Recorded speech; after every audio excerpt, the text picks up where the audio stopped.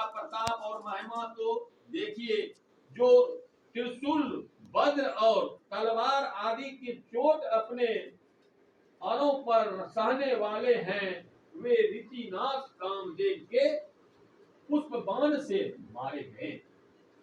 सभय नरेशहु प्रिया पहिकावहु, देखि दशा दुखी दारुण भयहु।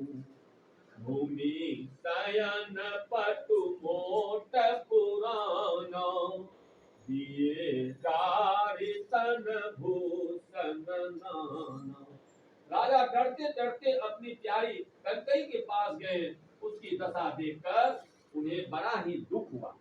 कैकेयी जमीन पर पड़ी है, पुराना मोटा कपड़ा पहने हुए हैं, शरीर के नाना आभूषणों को उतार कर फेंक दिया। उमटहि कसी कुबेश तफाबी, अन अहिवातु सूच जनु भावी। जाई निकट निपुकह मुदुपानी, प्राण प्रिया के ही हेतु विषानी। उस दुर्बुद्धि कैकेयी को यह कुबेश का बुरा वेश कैसी खब रही है, मानो भावी विधावपना की, विधवापना की सूचना दे रही हो। राजा उसके पास जाकर कोमल वाणी से बोले, हे प्राण प्रिय, किस लिए ईर्ष्याई उठी हो?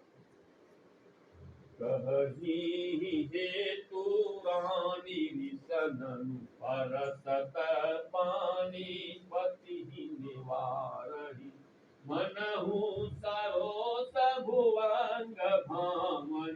विषम भाति निहारहि, वासना रसना गजन बर मरम ठारहु। देखहि तुलसी नृपति भवता बतावस, काम को तुकले कही। हे रानी, किस लिए रूठी हो?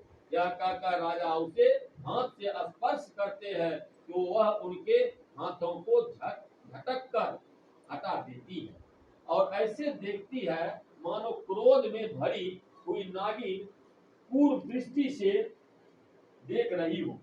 दोनों वरदानों की वासनाएं उस नागिन की दो जीभें हैं और दोनों वरदान दांत हैं। वह काटने के लिए मर्म स्थान देख रही है। तुलसीदास जी कहते हैं कि राजा दशरथ होनहार के वश में होकर इसे इस प्रकार हाथ झटकने और नागिन की भांति देखने को कामदेव की कीड़ा ही समझ रहे हैं।